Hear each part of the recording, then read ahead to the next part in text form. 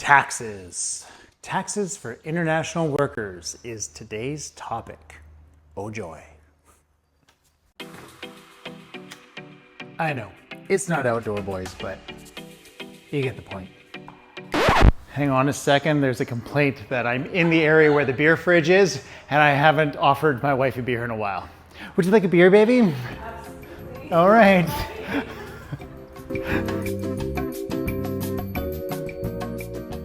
I need to preface this topic with, I am not an accountant and I am not a lawyer. So please always seek professional advice regarding taxes. And what I'm going to talk about today is solely based on my own personal experience having lived and worked overseas. For those of you that don't know, I have lived and worked in the oil and gas industry for 24 years and been overseas for 15 of that. The first 5 years overseas, I was still living in Canada and subject to Canadian taxes. But in 2015, I moved out of Canada, claimed non-residency, and became a non-tax resident of Canada. So my experience has been, and always will be, my advice is to make sure that you strictly follow the country of residence you're in terms of taxation.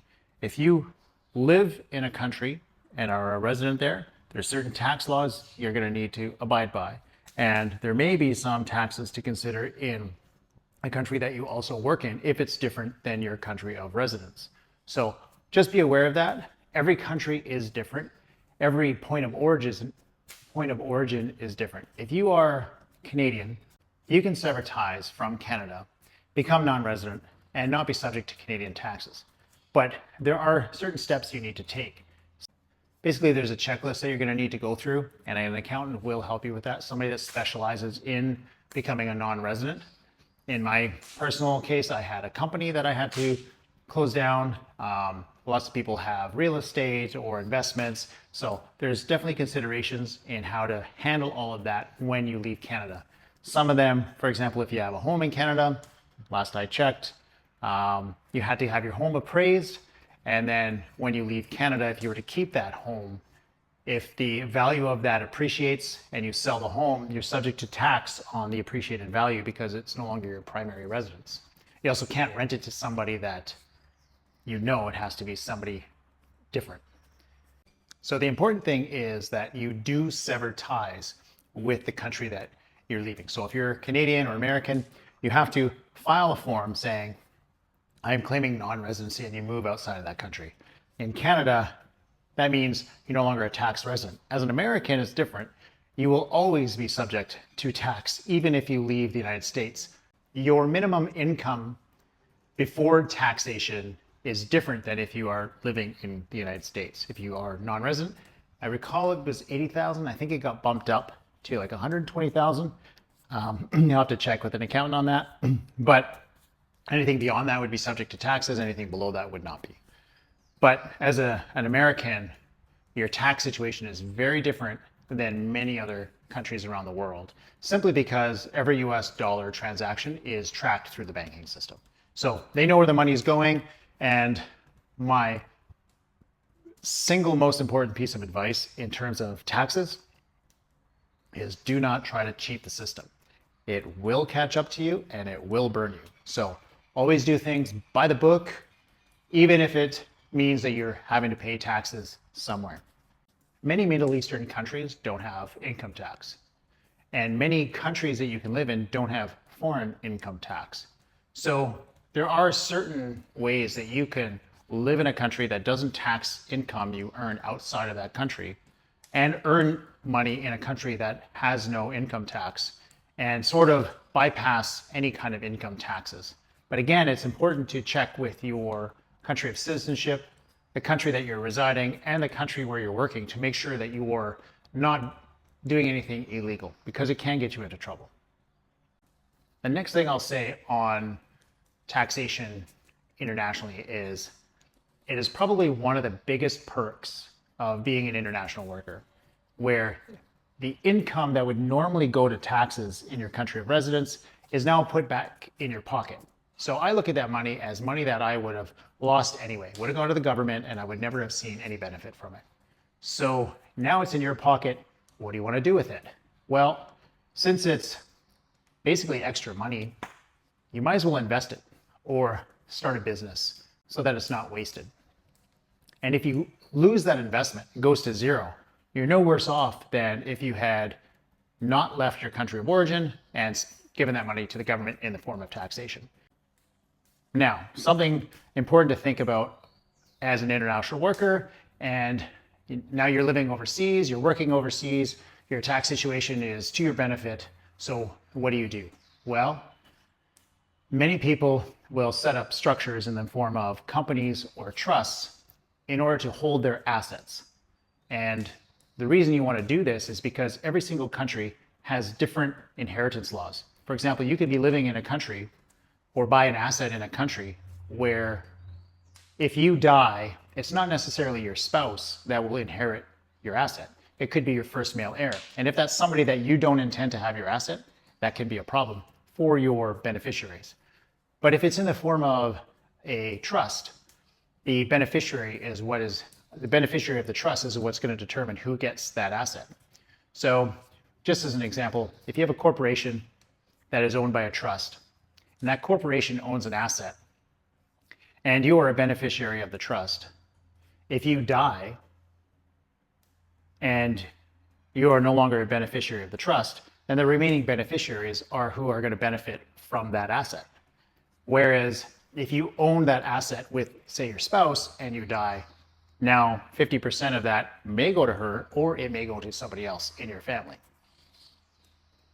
It also eliminates a lot of inheritance laws where whoever is the beneficiary of that asset now has to pay inheritance tax. Well, if the ownership never changes because it is still owned by the corporation, which in turn is owned by the trust, there was no change of ownership. So even though you've died, the corporation still owns that asset, and the beneficiary can just be nominated by the trust. Whoever the new beneficiary of the trust is will have the benefit of that asset without taxation. What you don't want to do is have multiple assets in multiple countries, all personally owned, and then when you die, all those assets are now subject potentially to inheritance tax. And what are your beneficiaries going to do with that? They're going to have to liquidate assets in order to make money to basically pay taxes on stuff that you've already worked your life to purchase. So that doesn't make sense. Another important thing to consider is international living is the benefit is that you don't pay tax, but the downside is that you don't have a safety net of being able to get a mortgage and get a car loan and, basically get loans for everything that you want to purchase in your life and just pay them over a period of time. So everything is kind of cash based. So if you want to buy a home, you got to save. So you got to be really smart with your money. So even though you're not paying taxes and maybe you're not investing that right away, you definitely want to hold on to that and not just spend it frivolously. I guess ultimately what I'd like to say is that living international has its perks. One of the primary perks is the fact that you're not going to pay income tax if you structure yourself correctly. Another important point, many people have a will in their country of citizenship. So if you're Canadian or American and you have a will in that country, you die, whoever is the beneficiary of that will is going to receive your estate. However, if you are living internationally and you have a will in the United States and some assets there and you die, your descendants will not necessarily get anything from that will, because wherever you reside, the country where you have an asset is where you need to have a will. So if you have assets in 5 different countries, you need to have 5 different wills, one for each country. A country, say Venezuela or Colombia or Panama, is not going to recognize a will in the United States. So you have to have a will in Colombia and Venezuela and Panama. It just streamlines things. Make sure that there's no headaches after you die.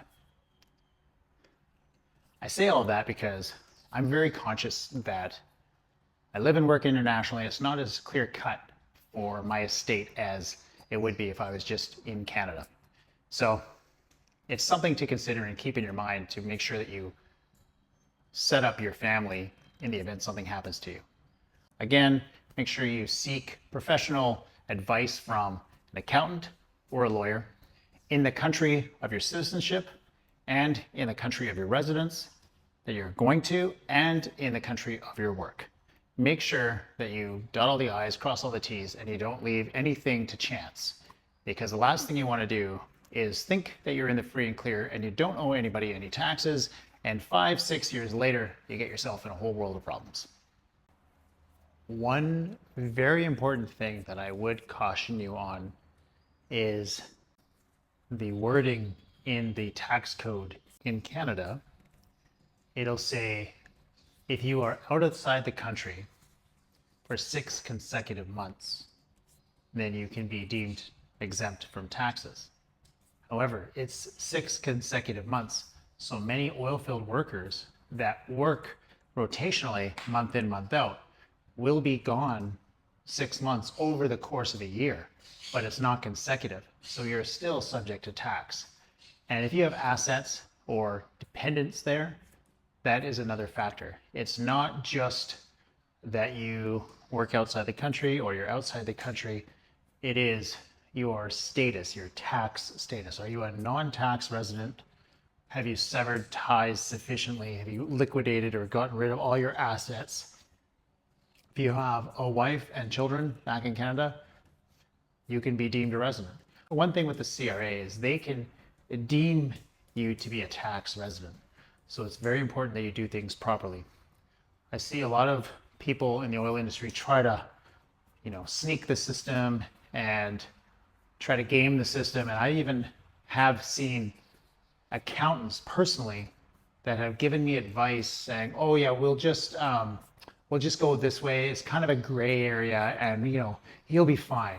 But when I looked at the tax code, it was black and white. Exactly what he had suggested I do was illegal. There was definitely no gray area. It was black and white.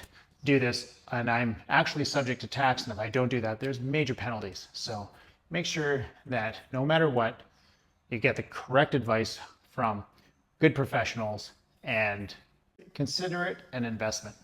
For example, let's say you hire an accountant and they charge you $5,000 to become non-resident, sever ties with Canada, close out everything and move out of the country and claim your tax resident status as elsewhere. Well, $5,000 to save you $100,000 in income tax is a major plus. So it's definitely a good investment that pays multiples on what you've invested in. But all the perks that you're going to have for being a tax resident somewhere like, for example, Canada, reliable power, good highways, there's good systems built into that the taxes go into. Well, sure, you're not going to benefit from that, but many times living in Canada, working in Canada, I felt that the government wasn't exactly giving me what I wanted for the money that I was paying in taxes. Many of the government policies, laws that they enacted, I simply didn't agree with. So why fund it by putting in labor and paying taxes and contributing to that system? That's my experience. Make sure you like and subscribe, as it really helps out this channel. If there's a topic that you're interested in hearing about, oilfield careers or international living or just the energy sector in general, leave a note in the comments and I'll do a video on it. That's it for today. It's a Sato day, so I'm going to get back to this, and thanks for watching.